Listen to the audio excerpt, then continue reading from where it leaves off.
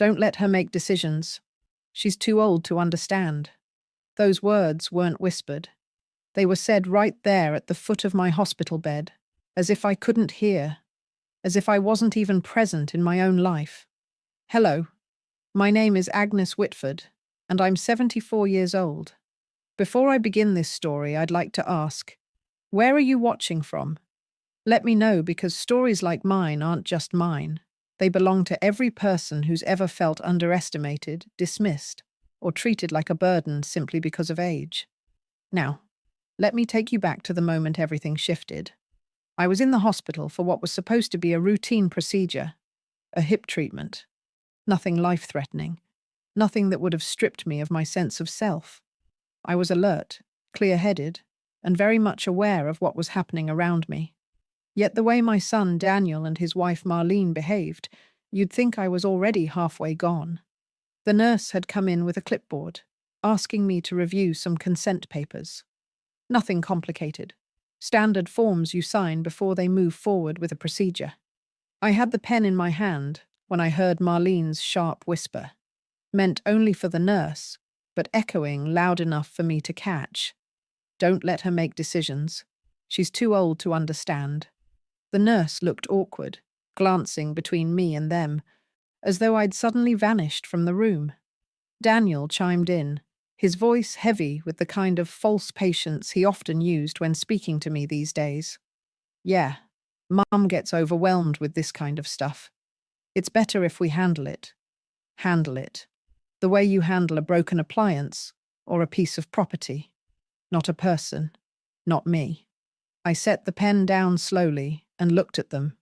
My heart beat hard, not from fear, but from the raw sting of humiliation. They were my family, my blood, the people I'd raised and nurtured, and here they were, speaking about me like I was incapable of tying my own shoes. The nurse cleared her throat, obviously uncomfortable. Mrs. Whitford, she said gently, do you feel comfortable signing these yourself? I straightened my back. My hands may have been wrinkled, my body slower than it used to be, but my mind was still sharp as ever. Of course I can, I replied, my voice steady, though I could feel the heat rising in my cheeks. I know exactly what I'm signing. Marlene gave a little laugh, tight and condescending. We're just trying to help, Agnes. It's not a big deal. But it was a big deal. It was more than a big deal. Because in that moment, I realized something. This wasn't just about hospital papers. This was about control. It was about them deciding I no longer had a voice. That night, lying in the stiff hospital bed, I replayed those words over and over in my head. Too old to understand. What an label for them to stick on me. It justified everything they wanted, my finances, my house, my decisions, neatly tied up under the excuse of helping Mum. But I wasn't ready to be managed. I wasn't ready to be erased.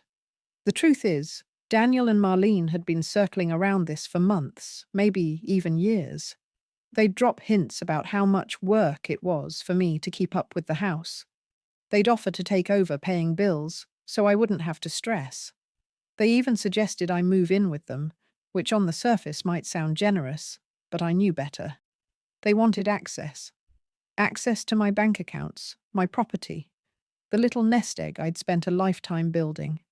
Still, hearing it out loud, spoken to a nurse as if I were nothing but a child to be managed, lit a fire inside me. I stared at the ceiling long after the hospital ward had gone quiet, and a thought settled in my mind like a stone. If I didn't do something now, they would take everything from me. It wasn't paranoia. It was clarity. I'd seen the way Daniel's eyes lingered when he looked at my home. I'd seen the way Marlene's lips curled when she mentioned simplifying things for me. No, I wasn't too old to understand. I was finally beginning to understand exactly who they were and what I needed to do to protect myself.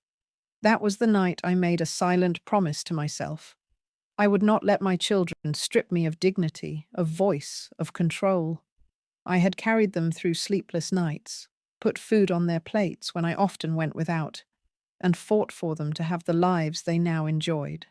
If they thought I was going to sit quietly and let them take mine away, they were about to learn how wrong they were. When I was discharged from the hospital a few days later, Daniel was the one who came to pick me up. He carried my bag to the car, opened the door, and put on the same smile he used to charm people at work. To a stranger, it might have looked like care. To me, it felt like calculation. The drive home was quiet at first. I stared out the window, watching the winter trees blur past. Then, casually, as though he were mentioning the weather, Daniel said, "Mum, it might be time we start thinking about some paperwork, just so everything is organized.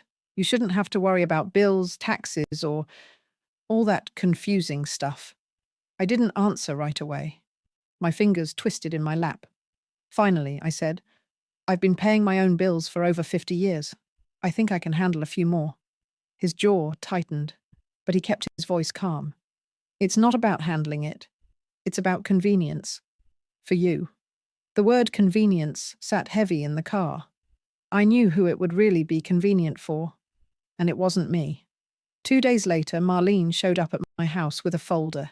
She was dressed neatly, her hair perfectly styled, her perfume strong enough to sting my nose.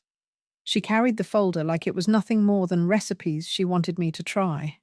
"Agnes," she began sweetly, setting the folder on my coffee table. "Daniel and I were talking, and we thought it might be best to simplify things for you. That way, you can relax and enjoy yourself. No stress, no worry." She slid the papers toward me.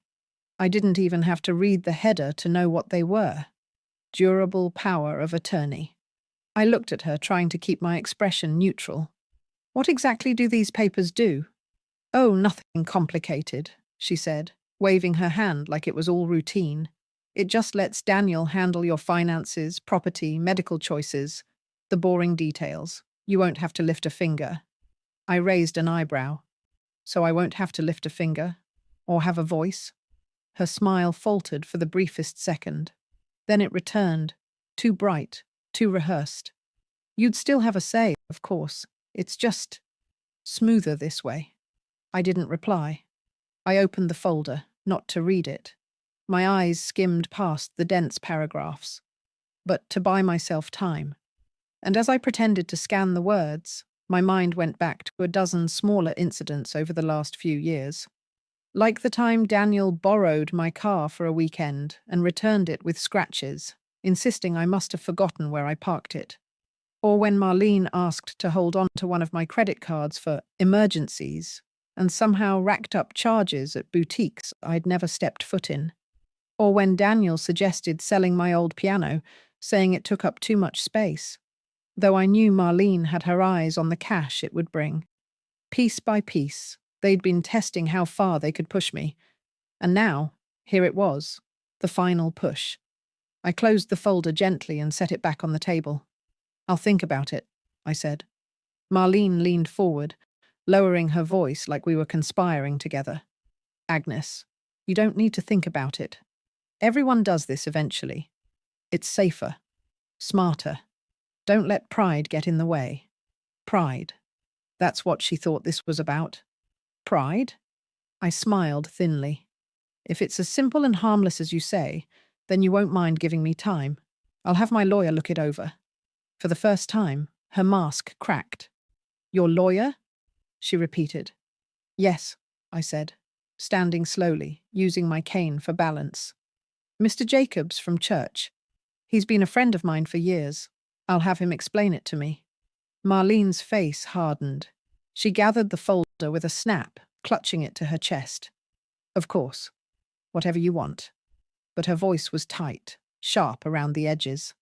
That night, I called Mr. Jacobs. His warm, steady voice was a balm after the day's tension. "Agnes," he said after I explained everything, "do not sign anything. Power of attorney can be a useful tool, yes, but in the wrong hands, it's dangerous. You're not overreacting. If your children are pushing this hard, it's because they want control, not because they want to help." I sat there with the phone pressed against my ear, my heart thudding. It was one thing to suspect. It was another to have it confirmed. Then what do I do? I asked quietly. You choose carefully, he said. If you want to appoint someone, make sure it's someone you truly trust, someone who sees you, not your assets. As I hung up the phone, a thought sparked in the back of my mind. Someone who saw me, not my assets. Someone who had defended me when no one else would. My lips curved into the smallest of smiles. I knew exactly who that someone might be. The next morning, I sat in my kitchen with a cup of tea cooling between my palms.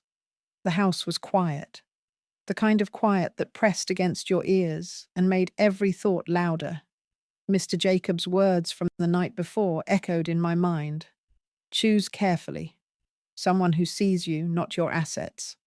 I thought of Daniel and Marlene, how their eyes glittered when money was mentioned, how they spoke over me as if I were already invisible.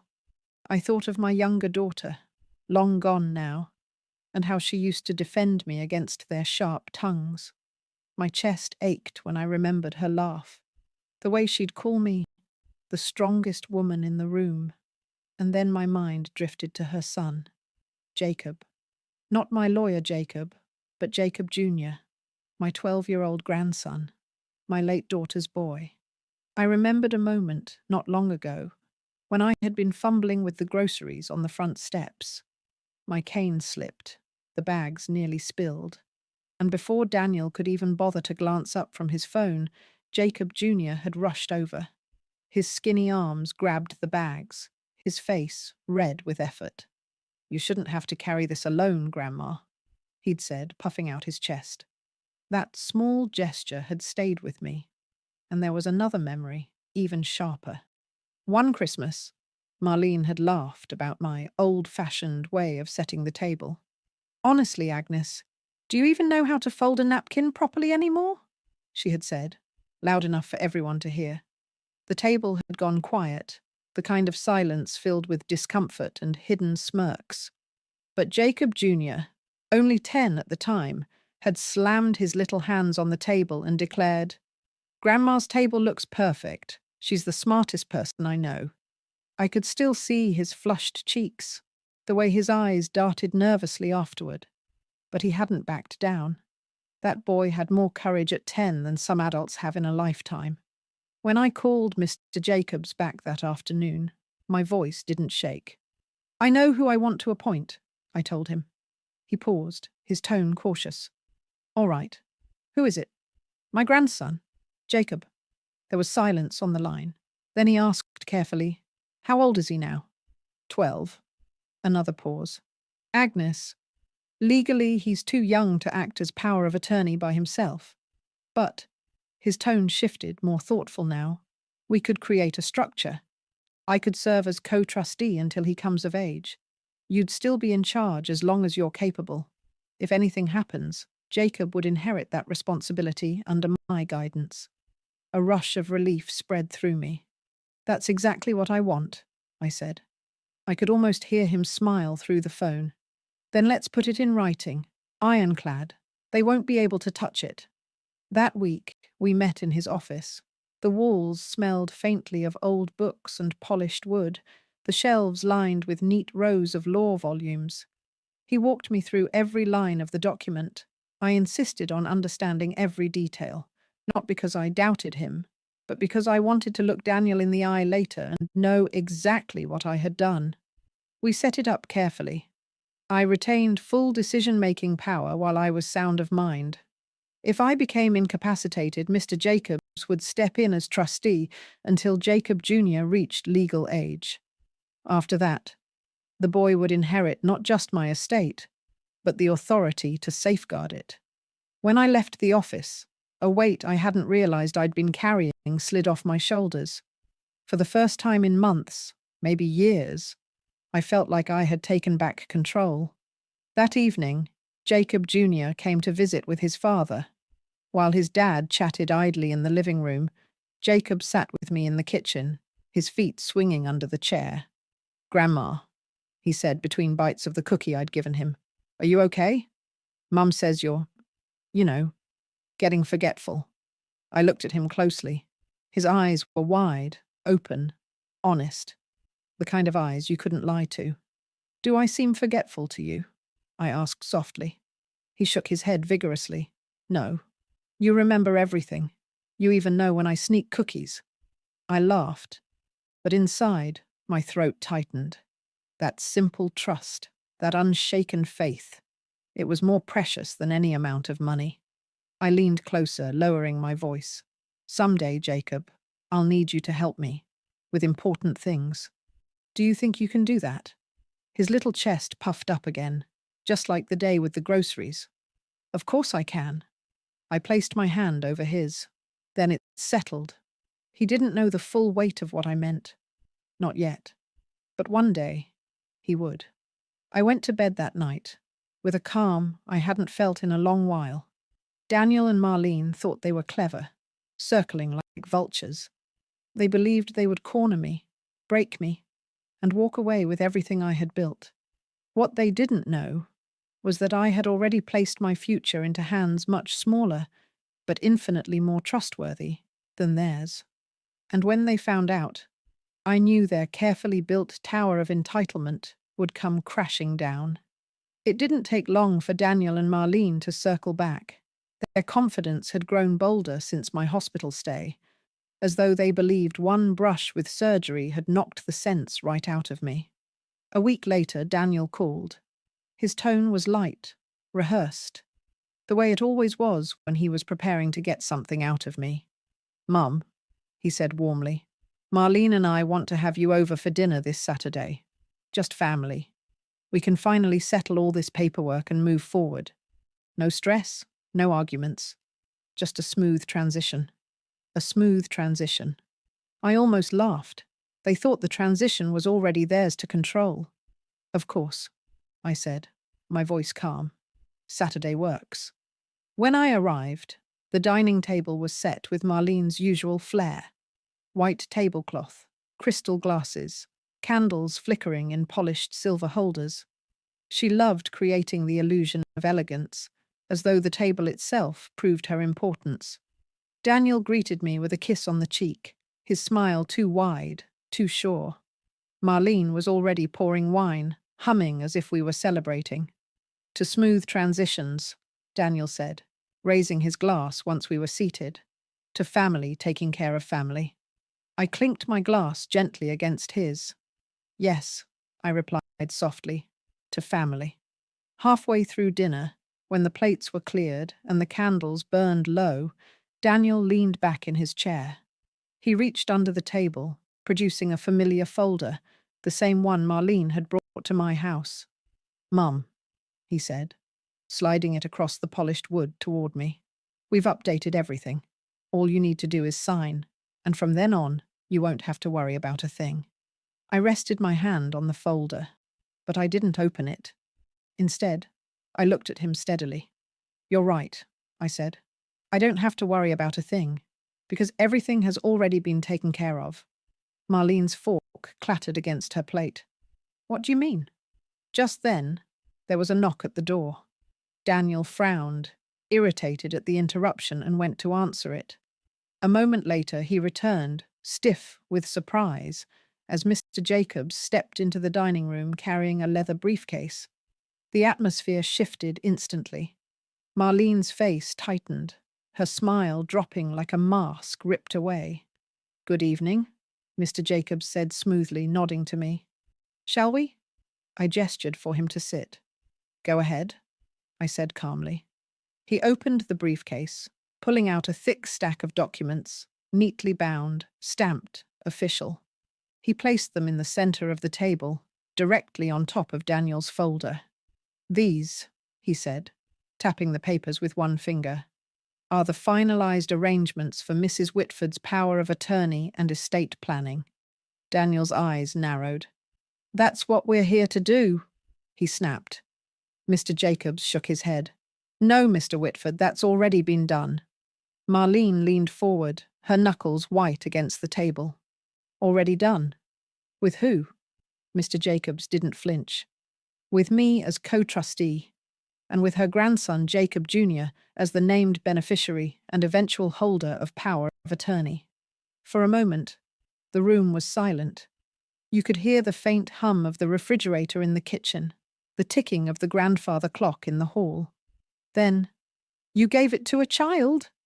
Marlene's voice cracked into a shriek. Daniel's face flushed red, his composure shattering. "Mum, this is insane. A 12-year-old. You can't be serious." I set my glass down gently, my hand steady. Better a child who respects me than adults who treat me like I'm already dead. Daniel slammed his palm against the table, rattling the glasses. "Do you even understand what you've done? You've ruined everything." I leaned forward, my eyes fixed on his. On the contrary, for the first time in years, I've ensured that what I built, what I sacrificed for, won't be squandered by greed. Marlene's lips curled. "We'll contest this. You can't just—" Mr. Jacobs cut her off, his tone crisp. "It's airtight. Mrs. Whitford retains full authority while she's capable. If incapacitated, I step in until Jacob Jr. comes of age. The courts won't overturn it. Not when it was signed willingly, in full capacity, with legal witnesses." The blood drained from Marlene's face. Daniel stared at the documents as though they were a bomb placed in the middle of his table. I sat back, my heart oddly calm, despite the storm raging around me. "I may be 74, I said quietly, "but don't mistake years for weakness. I know exactly what I've done, and I've done it because I refuse to let my voice be silenced before I'm gone." For once, Daniel had no clever retort. He simply sat there, jaw tight, fists clenched, as the reality sank in. That dinner had been meant as their victory lap. Instead, it became the moment they realized their mother was not a pawn to be moved off the board. I had played my move, and it was checkmate. The silence that followed that dinner was louder than any argument we'd ever had. Daniel didn't call the next morning. Neither did Marlene. For 2 whole days, my phone stayed quiet, and the absence of their voices was like a heavy storm cloud building in the distance. I knew it wasn't over. People like them never accepted defeat easily. On the 3rd evening, the storm broke. Daniel showed up at my house without calling. He didn't even knock, just barged in, his face red with fury. Marlene followed, clutching her purse like a weapon, her heels clicking sharply against my wooden floor. "Mum," Daniel said through gritted teeth, "what you did was reckless. You have no idea what you've set in motion." I stayed seated in my armchair, cane resting across my lap. "On the contrary," I replied calmly, "I know exactly what I've set in motion. I've protected myself." Marlene threw her purse onto the coffee table, the sound like a gunshot. "Protected yourself? You've embarrassed us. Do you realize how this looks? Our own mother giving power to a child instead of trusting her grown son." I tilted my head, studying her. "If you'd given me reason to trust you, perhaps things would have been different." Daniel stepped closer, looming over me, his hands balled into fists. "We can still fix this. You can revoke it. Jacobs doesn't control you. You can change your mind. Sign the papers, and we can put this mess behind us." My voice stayed steady. "No." That single word cut through the air, sharp and immovable. Daniel's face twisted, his composure unraveling. "Do you even realize how much harder you're making life for everyone? We're trying to help you. You're the one being stubborn." "Help?" I repeated, my tone low. "Help is bringing soup when someone's sick. Help is fixing a leaky roof or calling to check if I need groceries. Help is not stripping someone of their voice while they're still alive." Marlene's cheeks flushed with anger. "Fine. If you won't listen to reason, then don't expect us to be around when things fall apart. Don't expect us to take care of you." I let a small, bitter smile tug at my lips. "You've made it clear you were never here to take care of me. You were here to take care of my assets." They stormed out that night, slamming the door hard enough to rattle the picture frames on the wall. But the storm didn't end at my doorstep. Within days, whispers began circulating through our small town. A friend from church called me, her voice full of curiosity. "Agnes, Is it true you made your grandson your trustee instead of Daniel? By the end of the week, the whispers had become gossip, and the gossip had become sharp-edged stories. At the bakery, I overheard two women talking. Imagine that. Her own son trying to push her into signing everything over. Shameless. Doesn't surprise me. I've seen the way Marlene looks at that house of hers, like it's already hers. The story spread faster than I could have imagined. And the funny thing was, I didn't spread it myself. The witnesses at that dinner, the neighbors Daniel had proudly invited as family friends to see his supposed victory, had done it for me. They'd seen his arrogance crumble, Marlene's shrieks of outrage, and my quiet defiance. People loved a story with a twist, and mine was being told in living rooms and coffee shops all over town. Daniel hated it. He called me once, his voice cold. "You've humiliated us. Do you enjoy making your own children into a laughingstock?" "I never asked you to humiliate yourself," I said softly. "That was your choice." Click. He hung up. But not everyone was angry. One evening, Jacob Jr. came to visit, his backpack still slung over his shoulder from school. He sat on the floor beside my chair, his eyes wide with pride. "Grandma," he whispered, "Dad and Mum are really mad at you. But I think what you did was amazing." I stroked his hair gently. "Do you know what it means, Jacob? What I asked of you?" He nodded fiercely. "It means you trust me, and I won't let you down." For the first time in weeks, tears pricked my eyes. "You're the only one who never made me feel small," I murmured. "That's why I trust you." The fallout had shaken the family to its core. Daniel avoided me. Marlene turned icy at church gatherings, and even some of my relatives sent me sharp words in hushed phone calls. But for every whisper of anger, there were two of admiration. People who told me I had done the right thing. People who said, "I wish I'd been as brave with my own children." The more I heard, the more I realized something. For years, I had been afraid of losing my family's approval. Now that I had lost it, I felt lighter than I ever had. Daniel and Marlene had tried to intimidate me, but instead, they had exposed themselves to everyone else. And as for me, I had nothing left to hide. It was a grey Sunday afternoon when they came. I'd just finished watering the plants in the front window when I saw Daniel's car pull into the driveway. Not just Daniel. His younger brother Peter was with him, and Marlene too, stepping out in her sharp coat as though she were walking into a courtroom. I knew before they even knocked that this was the showdown. I opened the door myself, cane in hand, and stepped aside without a word. They filed in stiffly, their faces drawn tight with determination. Daniel wasted no time. "We need to talk, Mum." I nodded and motioned toward the living room. They sat together on the couch like a united front, while I lowered myself into my armchair opposite them. The space between us felt like a battlefield. Peter spoke first. His voice was quieter than Daniel's, but no less sharp. "Mum, we've been talking. What you did, naming a child, a boy, as your power of attorney, it doesn't make sense. It's reckless. We can't let this stand." Marlene leaned forward, her eyes flashing. "Do you have any idea what people are saying about us? That we're greedy, that we tried to trick you? Do you enjoy making us look like villains?" I rested both hands on my cane, keeping my voice level. "I didn't make you look like villains. Your own actions did that." Daniel's jaw tightened. "This isn't funny, Mum. You don't even understand what you've done." Something in me snapped. "Don't I?" I asked, my voice rising for the first time. I leaned forward, my eyes locked on theirs. "I understand perfectly.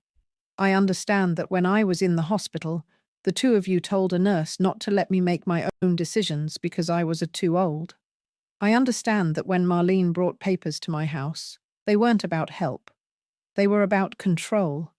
I understand that all of this wasn't about protecting me, but about making sure my years of work, sacrifice, and saving ended up in your hands."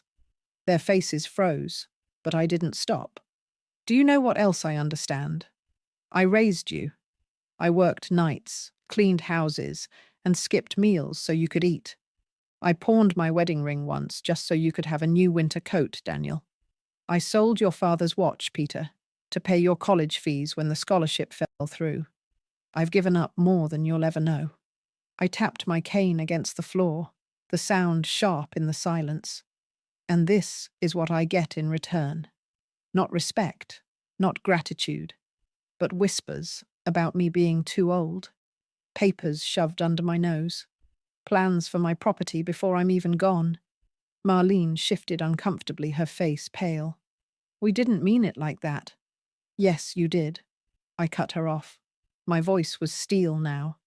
You meant every word. You saw me as weak, as disposable, and you thought you could swoop in, take everything, and I'd just smile and let it happen. But you forgot one thing. Daniel's eyes narrowed. And what's that? I straightened in my chair, shoulders back, the years of weight falling away. I am still alive, and as long as I am, my decisions are mine to make. Not yours, not anyone else's. The room went dead silent. Peter looked away, shame flickering across his face. Daniel clenched his fists, his pride wounded, but his rage simmering.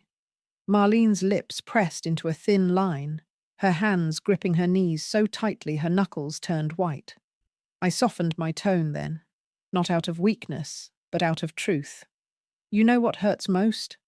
Not the greed, not even the disrespect. What hurts most is realizing that my own children see me as nothing but a wallet with grey hair. That's not what family is supposed to be. I let that sink in, then leaned back in my chair, weary but unbroken. If understanding means signing away my life, then I would rather be a fool. But make no mistake, I am not foolish. I know exactly who I can trust. For a long moment, no one moved. Then Peter stood abruptly, muttering something about needing air. Marlene followed, her heels clacking like gunshots down the hall. Daniel lingered a moment longer, his face a mask of fury and shame, before he turned on his heel and stormed out, slamming the door so hard the walls shook. I sat there alone in the quiet, the echoes of their footsteps fading. My heart pounded. But it wasn't fear, it was relief. I had said everything I needed to say, and for the first time in years, I felt like my voice had been heard, even if my children were the last ones who wanted to hear it. In the days that followed that final confrontation, the house grew quiet again, but it was a peaceful quiet this time. Not the silence of being ignored or dismissed, but the silence of knowing I had drawn my line and stood firm. Daniel didn't call. Marlene avoided me at church. Even Peter kept his distance. The gossip around town faded into background noise, and I let it. Their shame was theirs to carry, not mine. What mattered was that I had secured my dignity. My choices were still mine, and my future, my legacy, was safe. One evening, Jacob Jr. came over after school. He set his backpack down and pulled out a chessboard we hadn't used in years. "Teach me again, Grandma," he said, his eyes bright. "I want to play like you." We set the pieces up together, my hands steady as I placed each one. He grinned at me. "Dad says I'm too young to understand, but I think I understand plenty." I smiled, my chest warm. "You understand more than most adults, Jacob. That's why I chose you." He didn't need to know the full weight of those words yet. Someday, he would. As we played, I thought about the irony of it all. My children had tried to silence me, to strip me of my choices in the name of help. But in doing so, they had only pushed me to find strength I thought I'd lost. Age doesn't make you less. If anything, it makes you see more clearly. You know who's there out of love and who's there out of greed. You know when to let go and when to fight. That night, as Jacob Jr. toppled my queen with his knight and laughed in triumph, I felt no bitterness, only peace. I looked at him, this boy who still saw me as more than old or frail, And I realized my voice had not been taken, it had been passed forward. And that was something no one, not Daniel, not Marlene, not even time itself, could ever steal. So if anyone ever tells you you're too old to understand, remember this. You might see clearer than they ever will. And your voice, your choices, they still matter. Thank you for listening to my story. Now tell me, where are you watching from tonight?